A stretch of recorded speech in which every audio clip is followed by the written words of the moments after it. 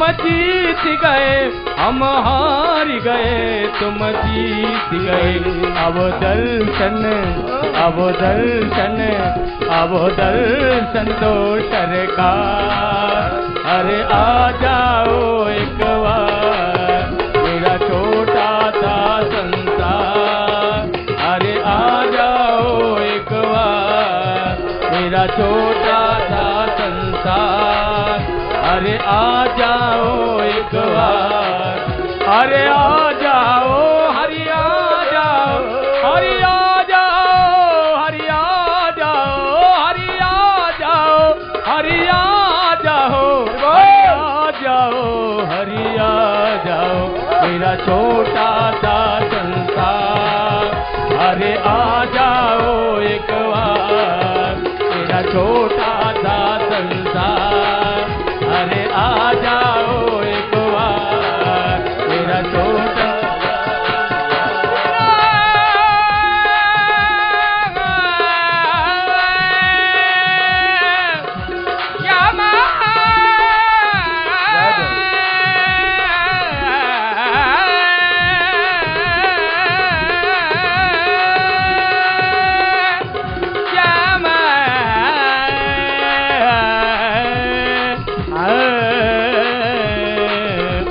छोटा सा संसार। अरे आ जाओ एक बार मेरा छोटा सा संसार। अरे आ जाओ एक बार मेरा छोटा सा संसार। अरे आ जाओ एक बार, अरे आ जाओ एक बार। बोलिए बांके बिहारी लाल की जय। श्री हनुमंत बलवंत महाराज की जय। जय जय श्री श्री राधे, जय जय श्री राधे, जय श्री राधे श्याम। तो बंधुओं, दुनिया में देने वालों की बिल्कुल कोई कमी नहीं है, जगत में लेने वालों की कमी है। ऐसे ऐसे भी लोग हैं इस जगत में जो अपना नाम नहीं चाहते। 2.5 करोड़ की जमीन में सिर्फ हमें 1.25 करोड़ रुपए की ही व्यवस्था करनी है।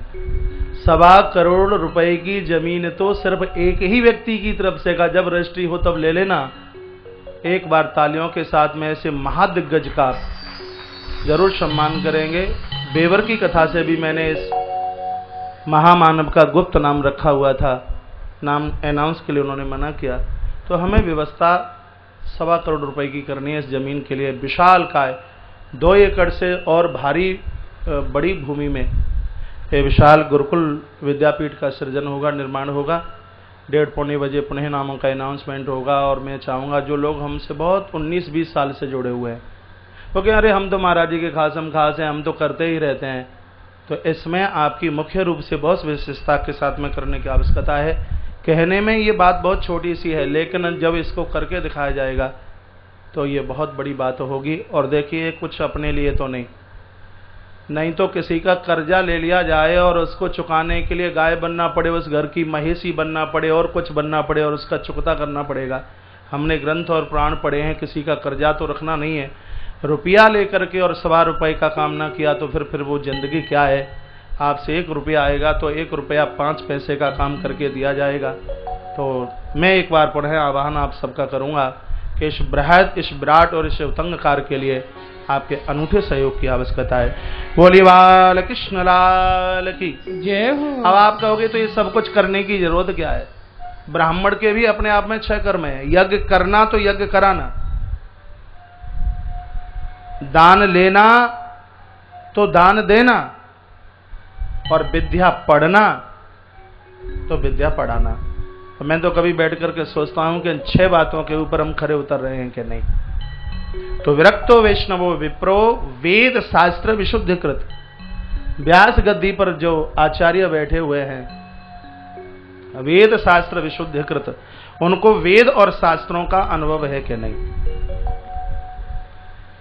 क्या कथा कहें महाराज, जिनको वेदों का नाम भी नहीं पता। वेद कितने हैं पता है? कितने हैं? वहीं से उंगली के सारे पर बता दें। 4। कौन कौन सा?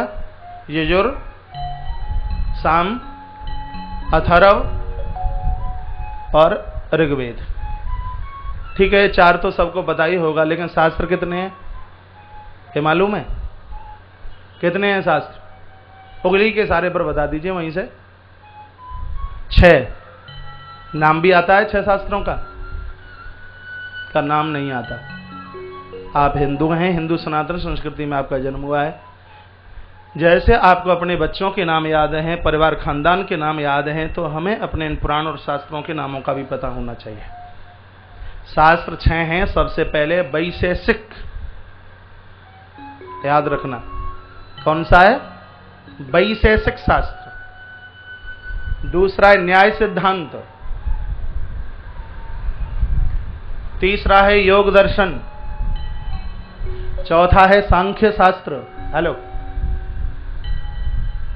चौथा है सांख्य शास्त्र। पांचवा है उत्तरीय मीमांसा और पूर्वीय मीमांसा। ये 6 हैं और 6 के 6 आचार्य हैं। जैमिनी गौतम,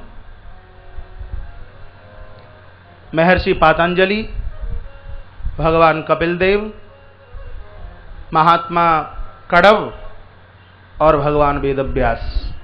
6 शास्त्रों के ये 6 इसके अधिष्ठाता हैं। आप इन शास्त्रों को पढ़िए, बड़ी दिग्गज चीज है। ये कथावाचकों और संतों का ही काम नहीं है, आप भी घर पर पढ़कर इनका स्वाध्याय करोगे। अब तो इतनी बढ़िया व्यवस्था है, उसका हिंदी में अनुवाद है। आपको लगेगा कि हमने अपने जीवन में कितनी कमियां की हैं, कितना अच्छा किया है। और आप मानस पढ़ते हैं तो मानस में तो 6 शास्त्रों का सार है, निचोड़ है। तो यहां लिखा है वेद शास्त्र विशुद्धिकृत। व्यास गद्दी पर बैठे हुए जो आचार्य भगवान हैं, वेद और शास्त्रों का उन्हें अनुभव होना चाहिए। 4 कीर्तन करा के और रटंतु 4 श्लोक बोलकर, कहानी रूप में कथा कहकर श्रीमद् भागवत का जो परपक्ष है वो कभी पूरा नहीं होता। विद्वान की परीक्षा तो भागवत में होती है। विद्या बताम भागवत परीक्षा, विद्वान की परीक्षा भागवत में है। भागवत सिर्फ अर्थ ही नहीं देती, भागवत तो अर्थ का पता भी लगाती है। हम क्या हैं अपने आप की पहचान कराती है भागवत। भागवत का शोषण नहीं, श्रीमद् भागवत का तो पोषण हो। बड़ा दिग्गज ग्रंथ है, मन की गांठ का ऑपरेशन करता है। जड़ और चेतन की जो गांठ है उसके लिए श्रीमद् भागवत एक तलवार चाकू का काम करती है, उसका ऑपरेशन करती है।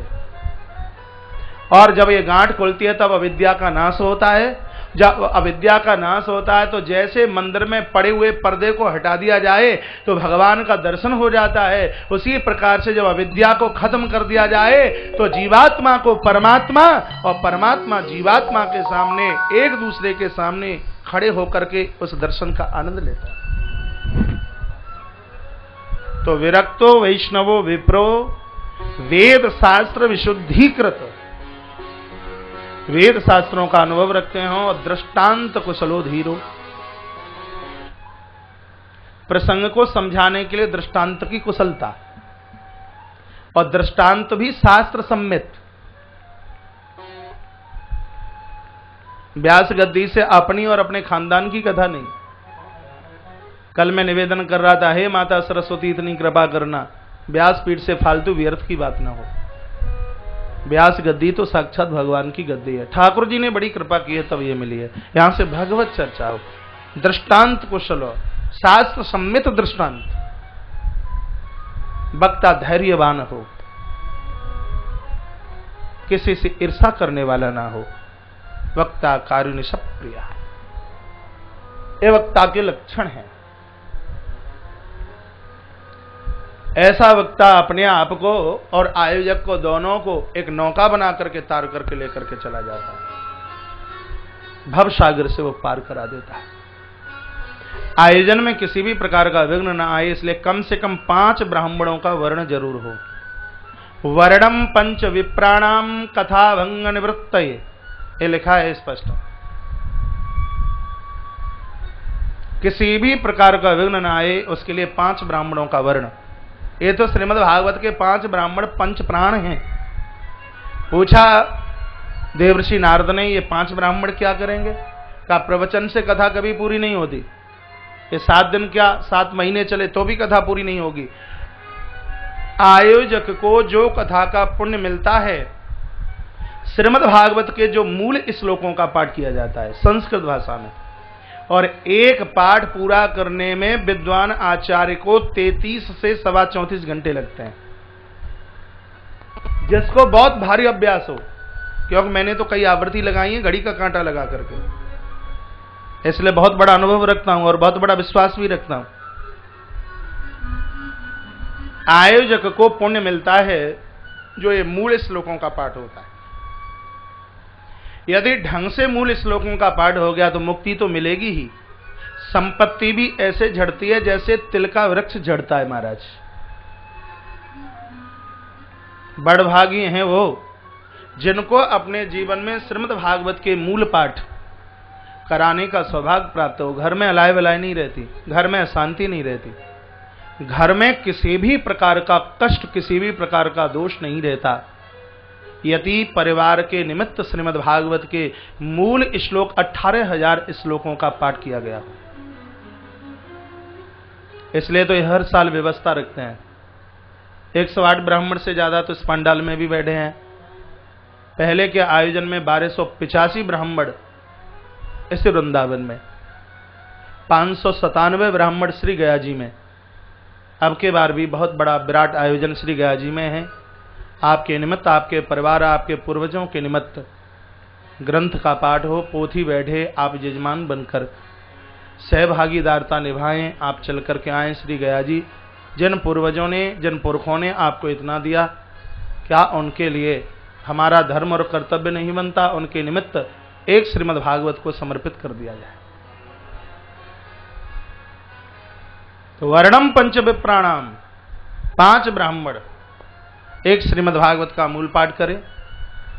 5 ब्राह्मणों की इतनी महानता, जहां 108 बैठे हों तो फिर तो क्या कहना। एक ब्राह्मण श्रीमद् भागवत का मूल पाठ, दूसरा ब्राह्मण ओम नमो भगवते वासुदेवाय। कथा समझ में ना आती हो, जब आप घर से चलें कथा सुनने के लिए, श्रीमद् भागवत के मूल मंत्र का जप करके चलें। द्वादशाक्षर मंत्र है ओम नमो भगवते वासुदेवाय। बैठे बैठे भी इसको गुनगुनाते रहें, कथा सुनने में मन लगेगा। मंत्रों का राजा है। अग्नि पुराण में इस मंत्र की बहुत बड़ी व्याख्या का वर्णन किया। आप राधा कृष्ण के पुजारी हैं तभी आप इसका जप करें, नहीं मनुजी महाराज माता शतरूपा ने 23,000 वर्ष तक, जो राम जी के पुजारी, इन्होंने गौमती नदी नैमिषारण्य क्षेत्र में 23,000 वर्ष तक इसी दिव्य मंत्र का जप किया। जिनका कोई गुरु ना हो वो भगवान को अपना इष्ट और गुरुदेव समझकर इस मंत्र का जप करें, उनको भक्ति में पूर्णतः आनंद आएगा। ओम नमो भगवते वासुदेवाय। एक आचार्य इसका पाठ करें। तीसरा ब्राह्मण ओम क्लीं कृष्णाय गोविंदाय गोपी जन बल्लभाय नमः स्वाहा। चौथा ब्राह्मण ओम गम गणपतये नमः। 5वां ब्राह्मण ब्रह्म गायत्री का जप करे। इस प्रकार से व्यवस्था बताई गई। कुछ छोड़ने के लिए कहा है, जिनमें आलस्यता और प्रमाद है। कथा के बीच में लहसुन मत खाइए, चाहे आप कथा सुन रहे हो तो, और चाहे वैसे ही व्यवस्थाओं में लगे हैं तो। किंचित मात्र भी यदि झाड़ू पकड़ने की भी सेवा मिली है तो कथा के दिनों में उन चीजों का सेवन ना करें जिनका भोग भगवान को न लगता हो। भले ही आप किसी भी कास्ट में क्यों न जी रहे हो, किसी भी धर्म में आप क्यों न जी रहे हो। लहसुनम पलांडुम, लहसुन प्याज, गिरजरम गाजर, मूलकम मूली, ये कथा में निषेध है। ये स्पष्ट लिखा हुआ है ग्रंथ में। गिरजरम गाजर, मूलकम मूली, पलांडुम प्याज, लहसुनम, द्विदलम मसूर का, मसूर की दाल। आप कहोगे तो ऐसा क्यों, इनमें आलस्य और इनमें प्रमाद इतना है कि जिनको कंपोज लेकर के भी, नींद की गोली लेकर भी जिनको नींद नहीं आती, ऐसे लोगों को सोते समय गाजर का रस आप दे दीजिए। उन लोगों को आप मसूर की दाल का पानी पिला दीजिए, खर्राटे भर करके सो जाएंगे। तो ये व्यवस्था बताई कि आप आए कथा में और आते ही सीधे समाधि में चले जाएं, वृंदावन छोड़कर कुंभकर्ण के भवन आप पहुंचें, तो उससे बचने के लिए ये कुछ चीजें निषेध बताई। तो यहाँ तो भंडारे में ये सब चीजें चलती नहीं, और बाजार में भी जब आप बिहारी जी के दर्शन करने के लिए जाएं तो ये चटोरी जीव ऐसा कुछ ना मांगे। वैसे तो पूरी व्यवस्था है कि आपको संतुष्टि मिले, कम से कम 2 सब्जी 1 दाल है, पूड़ी फुल्का चावल आपको बढ़िया तरह से ढंग से मिले, और फिर भी आपकी चटोरी जीभ और प्याज के पकौड़े खाने को मांगे। आप बाजार में गए और ठेली पर देखा तो कृपया 8 तारीख तक तो मेहरबान कृपा कीजिए, 8 तारीख तक अपने आप को जरूर बचा कर, जिंदगी भर बचा करके रखें तो बहुत अच्छी बात है। क्योंकि आहार का सीधा संबंध बुद्धि का है, बुद्धि का संबंध मन से है, मन का संबंध सीधा विचारों से, विचारों का संबंध सीधा परमात्मा के चरणों से है। जिसका आहार बढ़िया नहीं तो भजन में मन कैसे लगेगा। होई भजन तामस देहा, मन क्रम वचन मंत्र दृढ़ एहा। ये रावण ने अरण्यकांड में खुद ये बात कही। हमें आहार के ऊपर ही तो पूरा अधिकार जमाना है, इसको जीतना है हमें। सात्विक सरल बिल्कुल शाकाहारी, भड़काऊ नहीं, ज्यादा तैल युक्त नहीं। ये निवेदन किया प्राणांतर्गत। व्यवस्था बन जाए तो फलाहार लेकर के कथा सुन लो, नहीं तो कहा निराहार रह करके सुन लो, रात्रि को कथा सुन लो, उसके बाद ही लो, पूरे दिन पानी पीते रहो। ये मत कहना कि महाराज भंडारे में बचत करने के लिए तो ऐसा नहीं बोल रहे। हम तो आह्वान कर देंगे ज्यादा से ज्यादा जीवने वाले आए, कोई कमी नहीं है। सब्जी वृंदावन में ना मिलती तो गाड़ी आगरा से लेकर के आ रही है, बात क्या है? हाँ, कोई कमी नहीं। खाने वाले हों, खिलाने वाला तो कोई और ही है, लेकिन ये नाम तो हमारा और तुम्हारा होता है, एक खिलाने वाला तो कोई और है। एक छोटी सी बात मैं आपको सुनाऊं। एक बार समर्थ गुरु रामदास अपने शिष्य शिवाजी के यहां पहुंचे। महल बन रहा था छत्रपति शिवाजी का, 1500 वर्कर काम कर रहे थे। शिवाजी ने गुरुजी समर्थ के चरणों में प्रणाम किया और कहा, गुरुदेव ये देखो कितना बड़ा भवन बन रहा है, 1500 लोग काम कर रहे हैं जिनको मैं भोजन दे रहा हूं। यदि ये भवन नहीं बनता होता तो 1500 लोगों की रोटी कैसे चलती। परमहंस ने विचार किया कि चेले को तो अहंकार आ गया, अभिमान ने घेर लिया। तो मुझे तो लगता है कि जिस दिन संत को भगवान विधाता ने रचा होगा उस दिन बड़ा हर्ष और उल्लास के साथ विधाता ब्रह्मा नाचे होंगे। इतनी अकल संतों के माथे में भर दी। सामने एक लोहे का घन हथौड़ा बड़ा सा पड़ा हुआ था। कहा, बेटे शिवाजी ये हथौड़ा उठाओ और पत्थर के ऊपर मारो।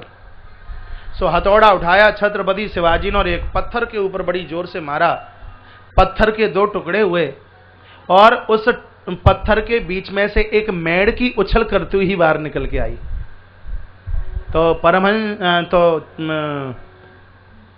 कौन से महात्मा जी का नाम ले रहा था? हाँ, समर्थ गुरु रामदास। उन्होंने कहा, बेटा ये 1500 लोगों को तो तू जिमाता है, लेकिन इस मेढ़की को पत्थर के बीच में भोजन देने वाला कौन है? इतना कहा तो शिवाजी ने चरण पकड़ लिया और कहा, गुरुजी आज आपने मुझे मरने से बचा लिया। मैं तो आज समझ पाया हूं कि आदमी अपनी छाती ठोकता है, इन सबको जिमाने वाला तो भगवान है, कृपा करने वाला तो पूर्णतः रूप से ईश्वर है। ये हमारी नासमझी होगी कि जब हम ये कहें कि हम खिला रहे हैं, ये लोग हमारे द्वारा खा रहे हैं, ये हमारी नासमझी होगी। व्यवस्था भगवान की है। रह सकें तो कथा निराहार रह करके सुने, 2 बजे तक ही तो चलती है, उसके बाद में भंडारा शुरू जी में खाइए। फलार की जरूरत पड़े तो फिर फलार लेकर के भी कथा सुन सकते हैं। लेकिन इसका मतलब ये नहीं कि हमारे कहने से आप रोटी छोड़ दें और पंडाल में बैठकर आके पेट पर घुमाए, हाथ गए मर गए, बाप रे बाप आज तो रोटी का दर्शन भी नहीं हुआ। बैठे हो पंडाल में और ध्यान रोटियों पर है तो 4 बार खा करके भी कथा सुन सकते हो, कोई दिक्कत वाली बात नहीं है। फिर कहा कि विष्णु दीक्षा भीना नाम ना अधिकारम कथा श्रवे। जिनके जीवन में कोई गुरु नहीं है, ऐसे लोगों के पास में श्रीमद् भागवत की कथा सुनने का अधिकार नहीं है। तो इसका मतलब ये नहीं है कि आपके लिए कोई गुरु ना हो तो कल से आप कथा ही सुनने के लिए ना आवे। मेरे और आपके सबके गुरु भगवान हैं, भगवान श्री कृष्ण, हनुमंत लाल जी, जो भी आपको अच्छा लगे, भूत प्रेतों को छोड़कर सनातन धर्म के देवता जो आपको बढ़िया लगे उन्हें गुरु बनाइए और भगवान की कथा सुनिए, पूर्ण रूप से आपको फल की प्राप्ति होगी।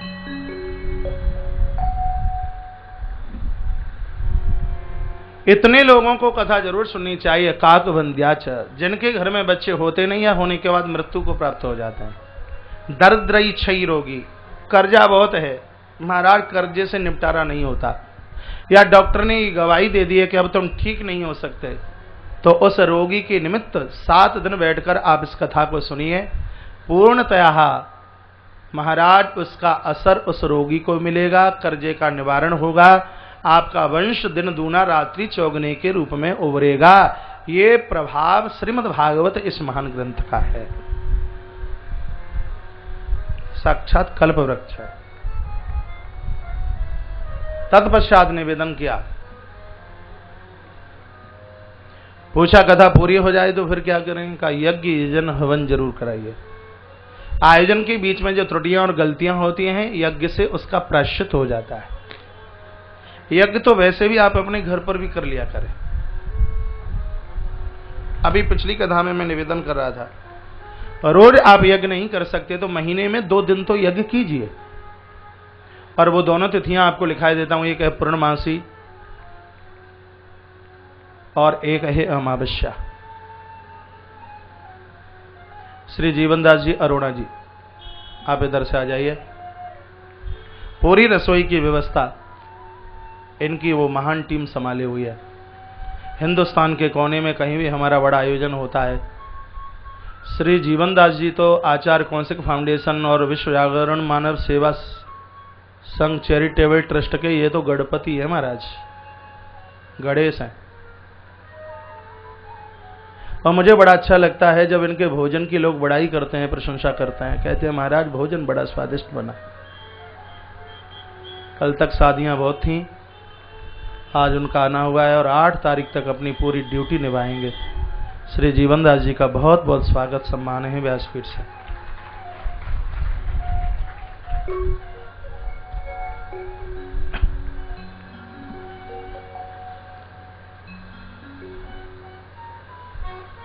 पूर्णमासी को यदि आप यज्ञ करोगे तो घर में कभी अमंगल नहीं होगा, सुनिए ध्यान से। और अमावस्या को यज्ञ करोगे तो घर में कभी किसी की अकाल मृत्यु नहीं होगी। जीवन का सबसे बड़ा दुख है अचानक किसी की मौत हो जाए और हम सहन नहीं कर पाते, सिर्फ प्राण ही नहीं निकलते, सब गति हो जाती है। बहुत बड़ा दुख है, बहुत बड़ी पीड़ा है। और इन दोनों परेशानियों से बचने के लिए अमावस्या तो पूर्वजों के लिए और पूर्णमासी देवताओं के लिए। घर का बिजनेस नहीं रुकेगा, घर की आवक नहीं रुकेगी पैसे की। आप पूर्णमासी को यज्ञ करते हो और घर में कभी किसी की अकाल मृत्यु नहीं हो सकती, घर में किसी को रोग नहीं आकर के छू सकता। आपका पैसा डॉक्टर के पास नहीं, आपका पैसा धर्म कर्म में लगेगा। अमावस्या को आप ब्राह्मण भोजन या अमावस्या को आप यजन यज्ञ करते हैं, ये तो आप ग्रंथ पढ़िए तो पता लगेगा। और ये तो हमने सौगंध खाई है, व्यासपीठ से वो ही बोला जाएगा जिसका प्रमाण शास्त्र और ग्रंथों में मिलता है। अपने मतलब की, अपने मन की कोई बात नहीं होगी। फिर पूछा कि भंडारा कितना? 12 ब्राह्मणान मद पाए, सही 12 ब्राह्मणों को भोजन करा दीजिए। पर आपकी जेब में जितनी ताकत है उतना भंडारा खोल दें, क्या बात है। भंडारे में ऐसे लोग ज्यादा होंगे जिनकी शकल भी आप नहीं जानते। पत्तल पर बैठे हुए को कभी किसी को उठाना मत, ये विशेषता है इस भंडारे की। कोई भी बैठा है, जो बैठा है उसको मान के साथ, सम्मान के साथ। जमाते समय आपने कर्कश वाणी बोली, मुंह से किसी को गाली दी, अभद्रता का व्यवहार किया, तो जमाने वाले को बहुत बड़ा अपराध लगता है। यहां लिखा हुआ है कि जो लोग परोस रहे हैं, सामने वाले को ऐसे परोसें जैसे आप अपने समधी को भोजन, कोई माता अपने जामाता को भोजन करा रही हो, दामाद को भोजन करा रही हो। आप मेरी भाषा समझ पा रहे हैं? जिमाते समय आपको इतनी प्रसन्नता हो। हेलो,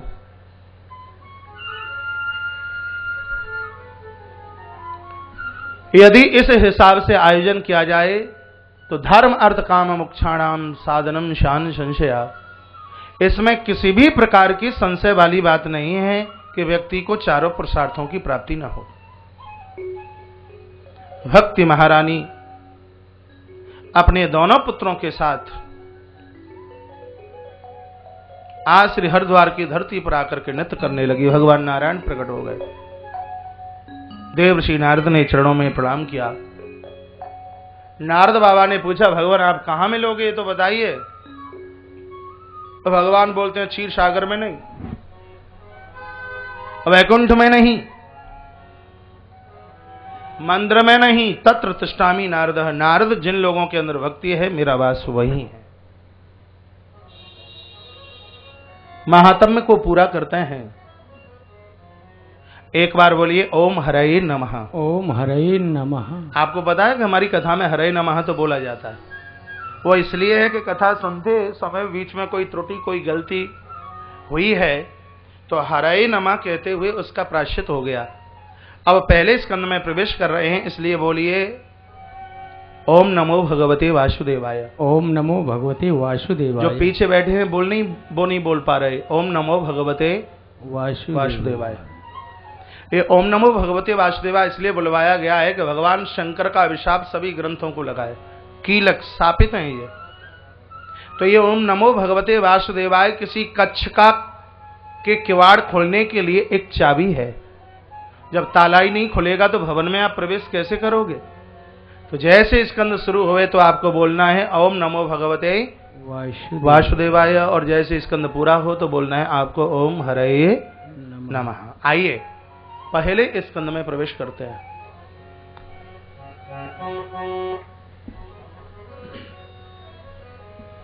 प्रथम स्कंद में 19 अध्याय हैं।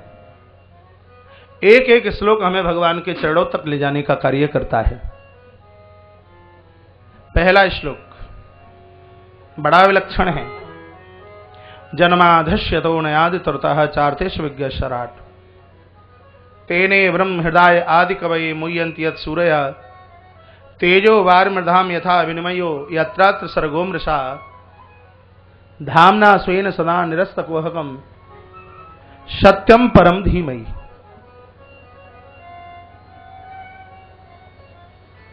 जन्मा अधियस्य, उस परमात्मा का मंगलाचरण किया गया है जो मेरे आपके जन्म से पहले था, आज है और मेरे और आपके न रहने पर भी वो रहेगा। कौन है वो? अब ईश्वर है, वो जगदीश है। ध्यान से सुनिए, इस श्लोक में जगदीश और जगत की परिभाषा बताई। आप में बहुत कम लोग होंगे जिनको पता हो कि जगत क्या है और जगदीश क्या है। जो पहले नहीं था, बाद में नहीं रहेगा, आज है, उसको जगत कहते हैं। जैसे हम और आप पहले नहीं थे, बाद में नहीं रहेंगे और आज की तारीख में है, इसलिए जगत है। परमात्मा पहले भी था, भगवान बाद में भी रहेगा और भगवान आज भी है। जो त्रिकालवादित है, तीनों कालों में है, वो ईश्वर है। दुनिया के नष्ट होने पर भी जिसकी सत्ता कभी समाप्त नहीं होती उसको परमात्मा कहते हैं, उसको ईश्वर कहते हैं। दुनिया के समाप्त होने पर भी, बात समझ में नहीं आ रही होगी। मेरे और आपके बीच में एक घड़ा रख दिया जाए पानी का भर के और उसमें सूर्य का प्रतिबिंब देखा जाए। आप में से कोई व्यक्ति खड़ा हो और एक लाठी ले और जोर से घड़े में मारे और घड़ा टूट जाए, तो ये विचार कीजिए कि घड़ा टूटने के साथ साथ क्या सूर्य भी समाप्त हो चुका है क्या? नहीं। जैसे घड़े के टूटने से सूर्य की सत्ता समाप्त नहीं होती, उसी प्रकार से जगत के समाप्त होने पर भी जगदीश की सत्ता समाप्त नहीं होती। बस इसी को हम ईश्वर के नाम से जानते हैं। परमात्मा है तो भगवान है। तत्पश्चात दूसरे श्लोक में प्रोज्जित धर्म का वर्णन किया। धर्म प्रोज्जित क्षेत्रवोत्र परम। ये प्रोज्जित धर्म क्या होता है? धर्म तो आपने सुना होगा, लेकिन ये प्रोज्जित धर्म क्या है? जिस धर्म में किसी भी प्रकार का छल न हो, जिस धर्म में किसी भी प्रकार का कपट न हो, जिस धर्म में किसी भी प्रकार की ईर्षा न हो, इसको प्रोज्जित धर्म कहते हैं। आपने भगवान की स्तुति की और भगवान प्रकट हो गए और ठाकुर जी ने ये कहा कि वरदान मांगिए। आपने कहा सर्वे भवन्तु सुखिनः सर्वे सन्तु निरामया, पूरे जगत का कल्याण हो, भद्रं कर्णेभिः शृणुयाम देवा। मैं सबके कल्याण की बात सुनूं, ये प्रज्जित धर्म है। लेकिन आप भगवान सामने खड़े हुए और भगवान ने कहा कि वरदान मांगिए, तो आप भगवान को ये मांगे कि भगवान पड़ोसी का चौपट हो जाए, तो वो हम अपने प्रोज्जित धर्म से बहुत विपरीत हैं। तो प्रोज्जित धर्म का अर्थ ध्यान में रखिए, जो धर्म छल और कपट से रहित है उसको प्रोज्जित धर्म कहते हैं। तो श्रीमद् भागवत की कथा हमें और आपको प्रोज्जित धर्म की तरफ लेकर के चलती है। तीसरा श्लोक देखें, निगम कल्पतरोर गलितम फलम शुक मुखादि मृत द्रव संयुतम पिबत भागवतम रसमालयम मुहुरहु रसिका भविभावुकः। श्रीमद् भागवत तो वेद का प्रपक्व वो फल है जिसमें ना कोई छिलका है और न जिसमें कोई गुठली है, और रसमालयम ये रस का खजाना है, रस का घर है। विशेषता की बात यह है कि ये रस मुंह से नहीं पिया जाता, ये रस कानों से पिया जाता है। मुंह से तो संसार की क्षणभंगुर वस्तुओं का सेवन किया जाता है, जो पीने के लायक नहीं है उनको भी मुंह से पिया जाता है। इसलिए भागवत रस मुंह से पीने की जरूरत नहीं, इसको कर्णपुटों के द्वारा इसका रसास्वादन किया जाता है। लेकिन इस रस का रसास्वादन वो ही कर सकते हैं मोरओ रस का भावुक का, जो भावुक है, जिनकी भावना भक्ति के साथ जुड़ी है। वो भुवि भावुक का शब्द लिखा है, अकेला भावुक नहीं, भुवि भावुक का, एक एक शब्द के ऊपर ध्यान देना है। भाव और भाव भक्ति से जुड़ा हो, दोनों में बहुत बड़ा अंतर है। जिन लोगों का भाव भक्ति से नहीं जुड़ा वो आज भगवान के बन करके जी रहे हैं, कल वो संसार के बन जाएंगे। आज वो संतों के बन के जी रहे हैं, कल वो डकैतों के भी बन जाएंगे, जिनका भाव भक्ति से दूर है। नहीं आई बात समझ में? रामायण में दो पहलू ऐसे हैं, एक वो व्यक्ति है जिसके अंदर अकेला भाव है, और एक वो व्यक्ति है जिसके अंदर भाव भी है और उसके अंदर भक्ति भी है। और दोनों का नाम आपने पढ़ा होगा, सुना होगा। वो दोनों कौन हैं? एक है लंका कांड में जिसका नाम है कुंभकर्ण। कुंभकर्ण को आपको भावी नहीं कह सकते, कुंभकर्ण को आप भावहीन नहीं कह सकते। ये भावुक है, इसके अंदर भाव है। जागता है तो क्या कहता है रावण को, अरे मेरे भाई अग्रज ये बताइए मुझे क्यों जगाया गया? रावण ने कहा कि तुम्हारी बहन के नाक कान विदीर्ण किए उन तपस्वियों ने, तो मैंने उनकी पत्नी को उठा लिया। तो कुंभकर्ण के मुंह से क्या बात निकली कि ये तुमने अच्छा नहीं किया, जगत की माता का तुमने हरण किया। ये क्या, ये कुंभकर्ण का भाव है। इसकी भावना देखिए, क्या सुंदर संदेश, क्या सुंदर उपदेश देता है। लेकिन उसी कुंभकर्ण को जब महिष खिलाए गए, मदरा पिलाई गई, तो वो ही कुंभकर्ण क्या कहता है, महिष खाए और मदरा पाना गर्जा वज्रा घात समाना। बोलता कहां है वो तपस्वी जिनको मैं जिंदा ना छोड़ूं। एक क्षण भगवान से अलग हो गया। क्यों? क्योंकि इसके अंदर भाव तो था, लेकिन उसका भाव भक्ति के साथ में नहीं जुड़ा हुआ था। उसी रामायण में श्री भरतलाल जी को आप देखिए, भरतलाल जी के अंदर भाव है, लेकिन भरतलाल जी का भाव भक्ति के साथ में जुड़ा हुआ है। इसलिए बोलते हैं अर्थ न धर्म न काम रुचि गति न चहु निर्वाण, जन्म जन्म रति राम पद यही वरदान न आन। तो फिर प्रसंग में लौट करके आ जाइए। भरत ने तो कह दिया चारों पुरुषार्थों में से मुझे कुछ भी नहीं चाहिए। तो यहाँ भव्य भावुक का शब्द लिखा है। आप भावुक तो बने, लेकिन आपका भाव भक्ति के साथ में जुड़ा हुआ होना चाहिए। ये कथा उन्हीं लोगों के लिए है जिनका भाव भक्ति के साथ जुड़ा हुआ है। नहीं तो अकेला भाव होगा तो आज की तारीख में बनोगे भगत और कल की तारीख में बन जाओगे ठगत। कथा सुनने के लिए तो आओगे, मौका मिल गया तो किसी की चैन काट के ले जाए, मौका मिल गया तो किसी की जूतियां और चप्पल ही उठा करके ले जाए, मौका मिल गया तो किसी की अटैची का ताला ही तोड़ दें। लेकिन जब हमारा भाव भक्ति के साथ में जुड़ा हुआ होगा तो ऐसी त्रुटि और ऐसी गलती हमसे कभी भी नहीं हो सकती। इसलिए भव्य भाव कहा। अपने भाव को भक्ति के साथ में जोड़कर इस कथा को सुनने के लिए आइए। नैमिषारण्य की धरती है। 88,000 महात्मा श्री सूत जी महाराज के चरणों में बैठे हुए हैं। श्री सूत जी महाराज से प्रश्न किए गए हैं। कहें प्रभु कृपा कीजिए। पहला प्रश्न है श्रेय क्या है, दूसरा प्रश्न है प्रमेय क्या है, तीसरा प्रश्न है भगवान के अवतार कितने हुए, एक प्रश्न ये भी है कि भगवान माता देवकी के गर्भ से क्यों प्रकट हुए, और लास्ट वाला प्रश्न ये है कि भगवान जब चले गए तो धर्मः कम शरणम गतः, फिर ये धर्म किसकी शरण में चला गया। ये प्रश्न है। इन प्रश्नों के समाधान के लिए महात्मा श्री सूत जी महाराज की वाणी खुलती है। पहला प्रश्न है श्रेय क्या है। दरवाजे पर कोई व्यक्ति आया, ईश्वर रूप समझकर आपने उसकी सेवा शुश्रूषा की है, ये आपके लिए श्रेय है। गृहस्थ के लिए इससे बड़ा धर्म नहीं है। आवे अतिथि द्वार पर किए सकल सम्मान, ना जाने किस वेश में मिल जाए भगवान। आपकी देहली पर कोई आता है तो आप अपना मुंह मत लटकाइए, क्या आफत आ गई, रात को सुलाना पड़ेगा, खिलाना पड़ेगा। बड़भागियों की देहली पर कोई लोग चल करके आते हैं, लोभी और कंजूसों के घर में तो चूहे बिल्ली नहीं रहते, इंसान क्या आएंगे। आपके रिश्तेदार, आपके मित्र लोग आपके घर आते हैं तो माताओं को प्रसन्न होना चाहिए। ये नहीं कि पति बार बार किसी को लेके आ जाए और आप महाराज और आग बबूला हो जाए। क्या नौकरानी समझ रखा है, पूरे दिन किचन में रसोई में ही बस घुसे ही रहे, क्या हमारे पास में और कोई काम नहीं है, आप आग बबूला हो जाए। अपने भाग्य की सराहना कीजिए, आपको सेवा का मौका मिला है और आपके घर कोई चल करके आया है, ये श्रेय है। प्रमेय क्या है? आपके दरवाजे पर अतिथि आया, आपने सेवा की, शुश्रूषा की, और आपके घर में 5-10 साल के बेटे हैं और वो जीम कर तुम्हारे घर से चले गए और तुमने कहा, अरे काय का आदमी हमारे बेटे को एक 10 की नोट भी दे के नहीं गया, बड़ा लोभी है, बड़ा कंजूस है। आपने उसकी सेवा की, उस समय श्रेय था। सेवा करने के बाद में मांगने वाली बात आ गई तो वो ही आपका धर्म है, वो विपरीत हो गया, श्रेय प्रमेय में बदल गया।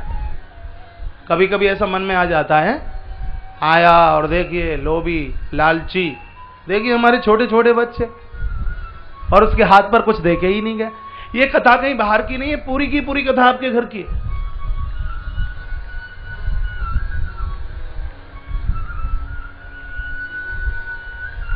नहीं देके गया, बहुत अच्छी बात थी, समझा लीजिए कि नहीं देके गया है, देके जाता तो कई गुना करके वापस करना पड़ता। देखिए कभी कभी होता है, हम किसी के विवाह में जाते हैं, बेटी का विवाह होता है, लिफाफा देते हैं, उसके ऊपर मोटा लिफाफा है तो उसके ऊपर नाम और लिख देते हैं। क्या नाम लिख देते हैं? फलाने फलाने नाम जी के सेठ जी ने और ये लिफाफा समर्पित किया है। आपने उस बेटी के विवाह में कन्यादान में पैसा दिया है, ये आपका श्रेय है, लेकिन उसके ऊपर आपने नाम लिख दिया और फिर अंदर नौछावर राशि क्या 112151 11,000 ये और लिख दिया है, और ऊपर से और अपना नाम भी लिख दिया है, गली मोहल्ले का भी नाम लिख दिया, फर्म का भी नाम लिख दिया। आपने दिया है वो श्रेय है, लेकिन देने के बाद में फिर उसका नाम चाहा तो वो अपने आप में प्रमेय में बदल गया।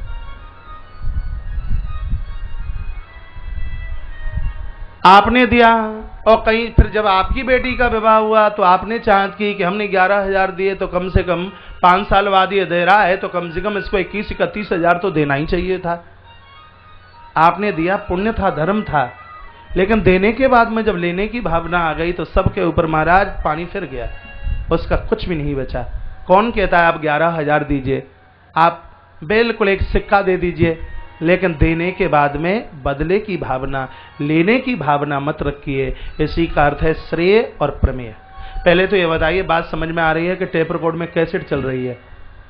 हाँ, इतनी भारी गर्मी में आप बैठे हैं और बात समझ में ना आए तो अब किसी को लिफाफा दें तो ये भाव से नहीं कि जो हम दे रहे हैं हमारी बेटी का विवाह हो तो 2 और 3 गुना हमें मिल जाए, इस भाव से नहीं। श्रेय और प्रमेय। भगवान के अवतार कितने हुए? सूत जी ने कहा आकाश के तारों को गिन लोगे तुम, पृथ्वी के रज कणों की गिनती कर लोगे, लेकिन भगवान के अवतार कितने हुए ये आप गिनती नहीं कर सकते। हर क्षण और हर पल मेरे भगवान का अवतार हो रहा है। यदि आप भगवान के बनकर के जी रहे हैं तो 24 घंटे में से एक समय ऐसा आता है कि किसी न किसी रूप से भगवान आपको दर्शन देने के लिए आते हैं।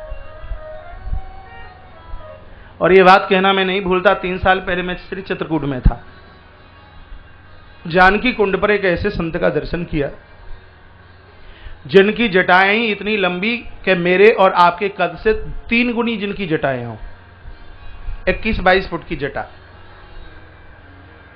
केसों की जटा, आयु होगी उनकी 114-15 साल। जानकी कुंड पर सावन के महीने में वो स्नान कर रहे। मैंने पूछा गुरुजी आपको चित्रकूट रहते कितना समय हो गया? बोलते हैं 7-8 साल का मैं चित्रकूट में आया और मेरी 114-15 साल उम्र है।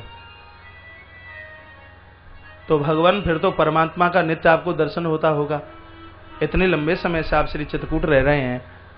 इतना कहा कि महात्मा जी की आंखें भर आई, रो पड़े।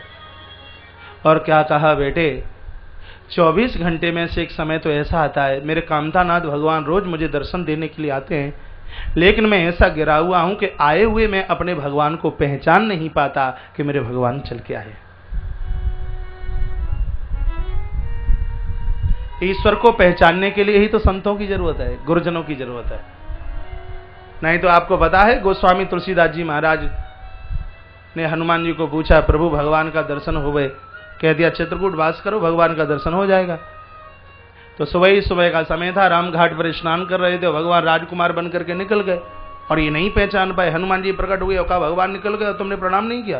कहा, कब निकल गए, हम तो पहचान ही नहीं पाए। कहा, कल प्रातः ध्यान रखना।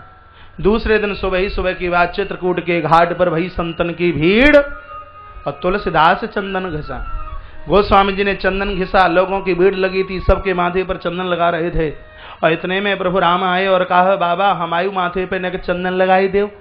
गोस्वामी जी ने चंदन तो लगा दिया लेकिन पहचान नहीं पाए। तो हनुमंत लाल जी तोता बनकर बोलने लगे कि चित्रकूट के घाट पर बाबा भाई संतन की भीड़ और तुलसीदास चंदन दे तो तिलक लगावत रघुवीर। जो सामने मस्तक आगे किए हुए हैं यही भगवान हैं। चरणों में गोस्वामी तुलसीदास जी लेट गए। हनुमंत लाल जी ने कृपा की तो तुलसीदास जी ने मेरे भगवान को पहचान लिया। जब संत कृपा करते हैं तब हमें और आपको भगवान का साक्षात्कार हो जाता है। नित्य नवीन ईश्वर का नित्य दर्शन होता है, संतों की कृपा होती है, हमें अनुभव उस बात का होता है। 24 अवतार भगवान के इस धरती पर हुए हैं। सबसे पहले मेरे भगवान, सबसे पहला अवतार भगवान का संयम का अवतार है। सबसे पहला अवतार भगवान का ब्रह्मचर्य का अवतार है। सनक, सनंदन, सनातन और सनत कुमार पहला अवतार है महाराज इनका। ये ऋषि कुमार के रूप में ये प्रथम अवतार में चल करके आए। दूसरे अवतार में भगवान वराह, यूपी में बड़ी सुंदर जगह है जिसका नाम है सोरों घाट। एटा से आगे है कासगंज और कासगंज से थोड़ा सा आगे ये सूकर क्षेत्र जिसे बोलते हैं, यही भगवान वराह देव का अवतार हुआ। बड़ी प्रसिद्ध बड़ी दिव्य जगह है। बोले वराह भगवान की जय हो। भगवान वराह विधाता ब्रह्मा की नासिका से प्रकट हुए। आकाश से धुंधुआ फूलों की वृष्टि, जय जयकार की आवाज हुई है। तीसरे अवतार में देवर्षि नारद, चतुर्थ अवतार में नर नारायण, पंचमो कपिलो नामः, पांचवें अवतार में भगवान कपिल। ये अवतारों के नाम तो आप रोज ले लिया करें, जीवन में कलह और दरिद्रता नहीं रहेगी। जो भगवान के 24 अवतारों के नाम रोज लेते हैं। एक बार फिर रिपीट कर देता हूं। सनक, सनंदन, सनातन, सनत कुमार पहला अवतार भगवान का। दूसरे अवतार में भगवान वराह, तीसरे में देवर्षि नारद, चौथे में नर नारायण, पंचमो कपिलो नामः, पांचवें में भगवान कपिल। षष्ठम अवतार भगवान का दत्त भगवान और अगला अवतार भगवान का यज्ञ भगवान। आठवें अवतार में भगवान ऋषभ, नवम अवतार में भगवान पृथुदेव, 10वें अवतार में मत्स्य, 11वें अवतार में भगवान कच्छप, 12वें में धन्वंतरी, 13वें अवतार में भगवान मोहिनी और 14वें अवतार में भगवान नरसिंह देव प्रकट हुए। 15वें अवतार में भगवान वामन देव, 16वें अवतार में प्रभु परशुराम और 17वें अवतार में भगवान वेदव्यास। ये अवतारों की क्रमता मुझे बड़ी सुंदर लगी। परशुराम अवतार भगवान का क्यों हुआ सुनिए। इसलिए उस समय अधर्मी क्षत्रियों का इतना तांडव नृत्य धरती पर हो रहा था, तो भगवान ने विचार किया कि शस्त्र के द्वारा अधर्म को दूर किया जा सकता है। सो मत जाना सो कुर्सी से नीचे गिर जाए। एक एक श्रोता पर निगाह, यहां से कर क्या रहे आपको देख ही तो रहे। तो भगवान फरसे वाले भगवान परशुराम बनकर धरती पर प्रकट हो गए। सोचा शस्त्र के द्वारा अधर्म को दूर कर देंगे। आकाशवाणी हुई, कहा अधर्म शस्त्र के द्वारा नहीं, अधर्म शास्त्रों के द्वारा दूर होगा। तो शास्त्रों वाले भगवान धरती पर प्रकट हो गए। कौन है? भगवान वेदव्यास, जिन्होंने शास्त्रों का, पुराणों का, ग्रंथों का लेखन किया। अब शास्त्रों में जो लिखा था वो बड़ा कठिन। लोगों ने कहा कि जो वेदव्यास ने शास्त्रों में लिख दिया तो उसका पालन नहीं किया जा सकता। तो शास्त्रों में जो बात कही गई उसका पालन करने के लिए धरती पर मर्यादा पुरुषोत्तम भगवान प्रभु श्री राघवेंद्र सरकार प्रकट हो गए। शास्त्रों की बातों का पालन करने के लिए ही तो राम जी का अवतार हुआ। तत्पश्चात 19वें अवतार में धरती पर श्री बलभद्र श्री बलराम जी प्रकट हुए हैं। ये बलराम जी वो ही हैं जो पहले कभी श्री लखन बन करके आए, वो यहां बलराम बन के आए। पहले लखन और यहां बलराम। बलराम बनकर कुछ नहीं किया तो नाम 24 अवतारों में, और लखन बनकर के इतनी राम जी की सेवा की तो नाम 24 अवतारों में आया नहीं। ऐसा कैसे हुआ, 1 मिनट में सुन लीजिए। बात उस समय की है जिस समय प्रभु का वनवास हुआ और 14 साल भगवान ने वन में पूरे किए। प्रभु राम अवध में आए, गुरुदेव से मिले, गुरुदेव वशिष्ठ बहुत रोए। राम जी ने कहा, गुरुजी धिक्कार हमारे लिए है और आप दुखित हैं हमारे होते हुए।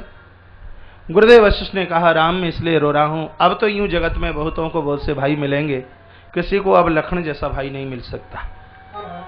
कहा, लक्ष्मण की विशेषता क्या है?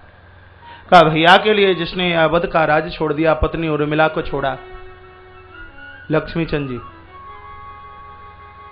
जिसने पत्नी छोड़ी, भोजन छोड़ा, परिवार खानदान छोड़ा, इससे बड़ा त्याग और समर्पण क्या हो सकता है?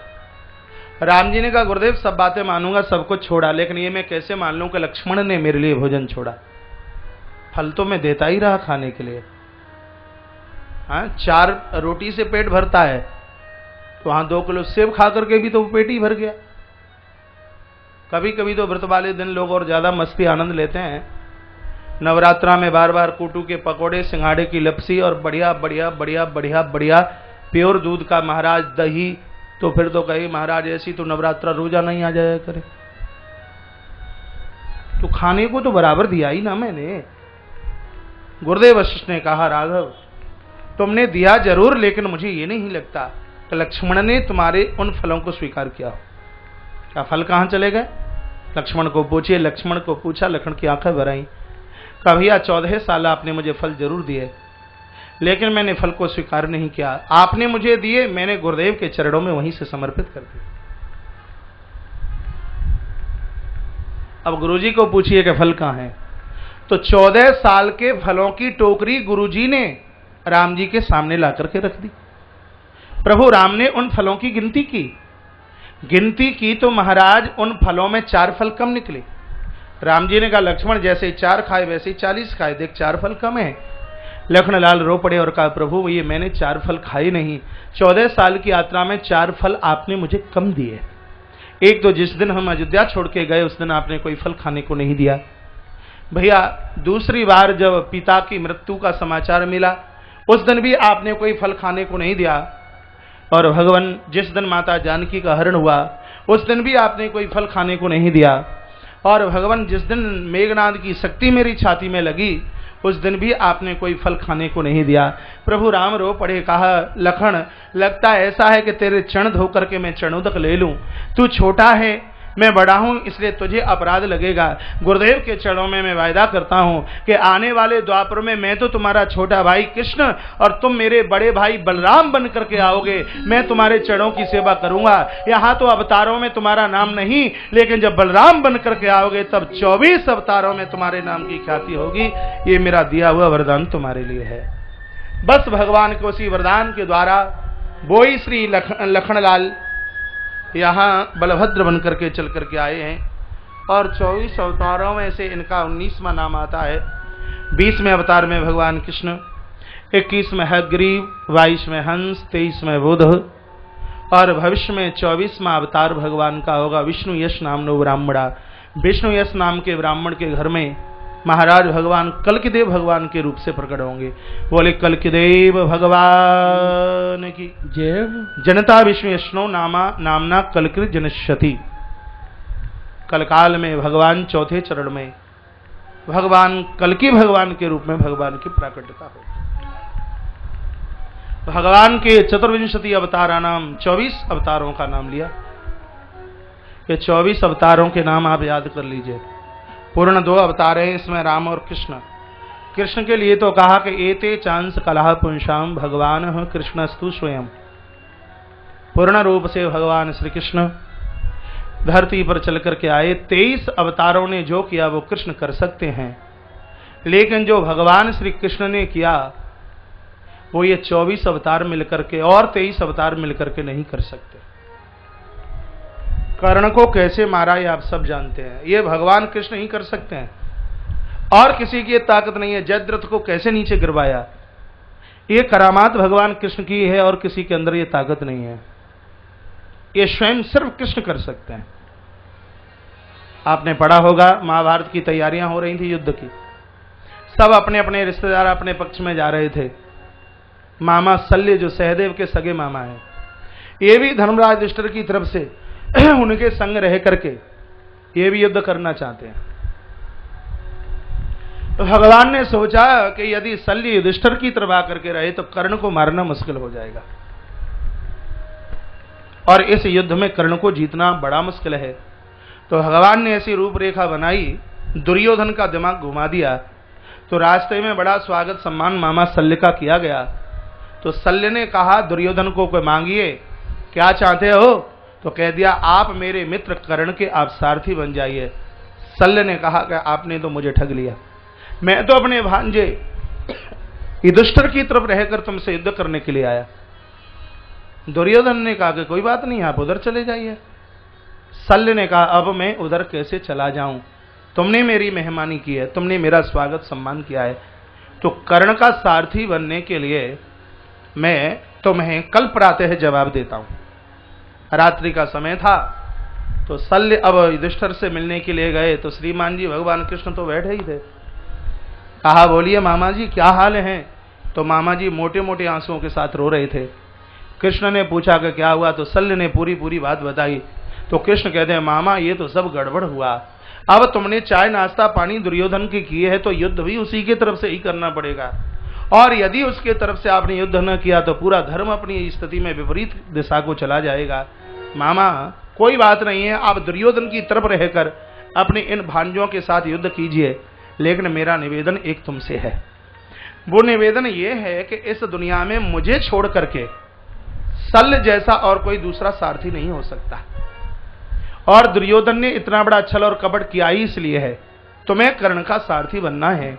और मामा सुनिए एक काम तुमको करना है, जब जब इस कर्ण को तुम अर्जुन के सामने लेकर के आओ तो अपनी कटुले शब्दों के द्वारा इसको चिढ़ाते रहना।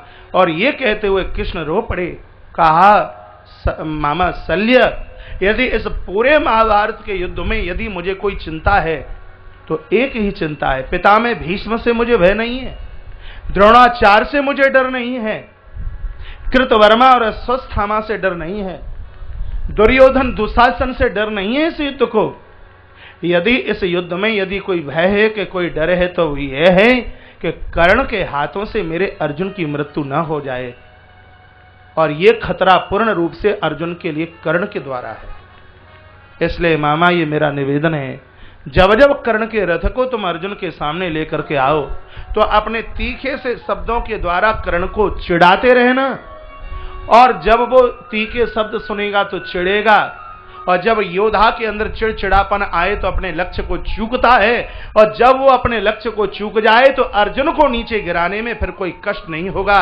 ये कार्य भगवान श्री कृष्ण ने किया और ये कृष्ण ही कर सकते हैं, कृष्ण के अलावा और किसी के अंदर ये ताकत नहीं है। तो एते चांस कलह पुंसाम कृष्णस्तु भगवान श्रेय, पूर्ण है भगवान कृष्ण। बड़े बड़भागी हैं वो लोग जो कृष्ण के अनुयायी बनकर के जी रहे हैं, भगवान के भक्त बनकर के जी रहे हैं, बड़े भाग्यशाली। सूत जी महाराज ने सोनक ऋषियों के सामने बड़ा सुंदर सा श्लोक बोला का सवई पुंसाम परो धर्मो यति भक्ति रदक्षजे। जीवन का सबसे बड़ा धर्म यही है वासुदेव कृष्ण के चरणों में आपकी प्रीति जम जाए। कान की ढपोलियां खोल के सुनना, सवई पुंसाम परो धर्मो, जीव का परम धर्म क्या है? सर्व प्रकार से भक्त रदक्षजो, उसके जीवन में भक्ति योग बने, भगवान का परम पुजारी बनकर के वो जिए। भक्ति योग क्या होता है? परमात्मा और भक्ति ये दोनों आपस में मिलें और दोनों के मिलने से जो रस टपकता है उसी का नाम भक्ति योग है। नहीं आई बात समझ में क्या बोल रहा हूं? जैसे पति और पत्नी का संबंध होता है, कथा में मैं थोड़ा जोर दूं कुछ समझाने के लिए, तो कठिन भाषा को समझ करके आप रपटते हैं, आप फिसलते हैं, आप मेहनत नहीं करते। वक्ता को बोलने में जितना परिश्रम करना होता है, श्रोता को समझने में भी उतना ही परिश्रम करना चाहिए। क्या बोल रहा हूं मैं निवेदन कर रहा हूं कि सबई पुंसाम परो धर्मो, पुंसाम कहते हैं जीव को, समूचे जीव का परम धर्म यही है, यतो भक्ति रदक्षजो। क्या उसका धर्म है? उसके जीवन में भक्ति योग आए। भक्ति योग क्या है? परमात्मा और भक्ति दोनों आपस में मिलने से जो रस टपकता है, बस उसी का नाम भक्ति योग है। जैसे पति और पत्नी का मिलन, तो इसमें पति है भगवान वासुदेव और पत्नी है जिसका नाम है भक्ति। पति और पत्नी के मिलने से एक संतान का जन्म होता है, तो ईश्वर और भक्ति के मिलने से जिस संतान का जन्म होता है उसका आप नाम लिख लीजिए, हो सकता है द्वारा ना सुन पाए। पति और पत्नी का मिलन होता है तो एक बार में एक बेटे का जन्म होता है, कभी कभी दो का हो जाता है, जो बड़ी संतान होती है, नहीं तो एक बच्चे का जन्म होता है। लेकिन ये पति और पत्नी दोनों ऐसे हैं, जब ये दोनों आपस में मिलते हैं तो एक नहीं एक साथ दो बच्चों का जन्म होता है। पति है ईश्वर और पत्नी है भक्ति। ईश्वर के अंश से जिस पुत्र का जन्म होता है उसका नाम है ज्ञान, और भक्ति के अंश से जिस पुत्र का जन्म होता है उसका नाम है वैराग्य। समझ रहे हैं? ईश्वर के अंश से जो पुत्र जन्म लेता है वो है ज्ञान, और भक्ति के अंश से जिस पुत्र का जन्म होता है उसका नाम है वैराग्य। और इस बात के लिए ध्यान रखना है, वैराग्य के द्वारा संसार के भोगों से आपको छुटकारा मिलता है। संसार के भोगों में नीरसता प्राप्त होती है। संसार के भोग आपको तुच्छ लगें, बढ़िया गाड़ी में आप मस्ती के साथ चलते हो तो रिक्शे में बैठने में भी आपको कोई दिक्कत नहीं है। 3 गद्दे लगा करके सोते हो तो फुटपाथ पर आप हाथ का तकिया लगाकर खर्राटे भर करके सो जाओ, समझ लीजिए कि भक्ति महारानी का बेटा वैराग्य आपको मिल गया है। आपके ऊपर भक्ति माता की कृपा है। आपके जीवन में भक्ति के माध्यम से वैराग्य रूपी पुत्र चल करके आएगा तो संसार के प्रति आपकी निष्कामता प्रकट हो जाएगी, भोगों के प्रति आपकी नीरसता प्रकट हो जाएगी। और परमात्मा के माध्यम से जिस पुत्र का जन्म होता है उसका नाम है ज्ञान। इस ज्ञान के द्वारा ईश्वर का प्रादुर्भाव होता है। आपको ज्ञान चाहिए, वैराग्य चाहिए, उसके लिए भगवान और भक्ति तीनों की आवश्यकता है। यहां बड़ा सुंदर से श्लोक का वर्णन किया गया है। क्या निवेदन किया गया कि ब्रह्मेति परमात्मेति और भगवानीति शब्द थे। भगवान श्री कृष्ण के अंदर ये तीनों रूप नजर आते हैं। क्या क्या है? ब्रह्मेति, भगवान कृष्ण ब्रह्म भी है। बहुत बड़ी बात बोल रहा हूं, भगवान कृष्ण ब्रह्म भी हैं और भगवान श्री कृष्ण परमात्मा भी हैं और भगवान श्री कृष्ण भगवान भी हैं।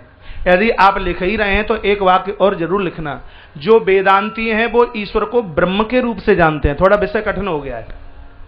जो वेदांती हैं वो ईश्वर को ब्रह्म के रूप से जानते हैं, जो योगी हैं वो ईश्वर को परमात्मा के रूप से जानते हैं, जो भक्त हैं वो ईश्वर को भगवान के नाम से जानते हैं। और कृष्ण के अंदर ये तीनों ही चीजें नजर आती हैं। गीता के 18 अध्यायों का पाठ सुनाते हैं अर्जुन को, उस समय ये ब्रह्म हैं।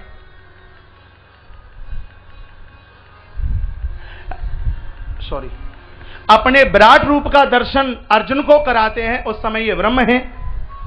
गीता के 18 अध्याय सुनाते हैं, उस समय ये परमात्मा है। सूर्य के सामने पुत्र बनकर और मीरा के जहर भरे प्याले में ये गिरधर बनकर के महाराज ये नाचते हैं, तब ये भक्तों के लिए भगवान हैं। भगवान श्री कृष्ण के अंदर इन तीनों रूपों का दर्शन होता है। ये वेदांतियों का ब्रह्म भी है, ये योगियों का परमात्मा भी है, और ये भक्तों का भगवान भी है। ये भगवान कृष्ण, अभी तो सिर्फ कृष्ण के ऊपर बोला जा रहा है। तो ये कैसे हैं? ब्रह्मेति परमात्मेति भगवानीति शब्दते। ये भगवान भी है, ये परमात्मा भी है, और ये क्या है? ये ब्रह्म भी है। एक बात और सुनिए, सांसारिक बच्चों का जन्म होता है तो माता 9-10 महीने उन बच्चों को पेट में रखती हैं, तब उनका जन्म होता है। लेकिन भक्ति और भगवान के माध्यम से जिस ज्ञान और वैराग्य रूपी पुत्र का जन्म हुआ है, ये 9-10 महीने इसको पेट में रखने की आवश्यकता भक्ति माता को जरूरत नहीं पड़ती। ये तो तत्क्षण तत्फल आंख के पलक को ऊपर से नीचे गिरने में देर लग जाएगी, लेकिन भक्ति और भगवान की कृपा से ज्ञान और वैराग्य को प्रकट होने में महाराज इतनी भी देर नहीं लगती। चाहे आप ब्रह्म को मानिए, चाहे परमात्मा को मानिए, और चाहे भगवान को मानिए, तीनों में से किसी न किसी को मानिए जरूर। वासुदेव परा वेदा वासुदेव परामखा, वासुदेव परा योगा वासुदेव परा क्रिया, वासुदेव परम ज्ञानम वासुदेव परम तपः, वासुदेव परो धर्मो वासुदेव परागति। भगवान वासुदेव ही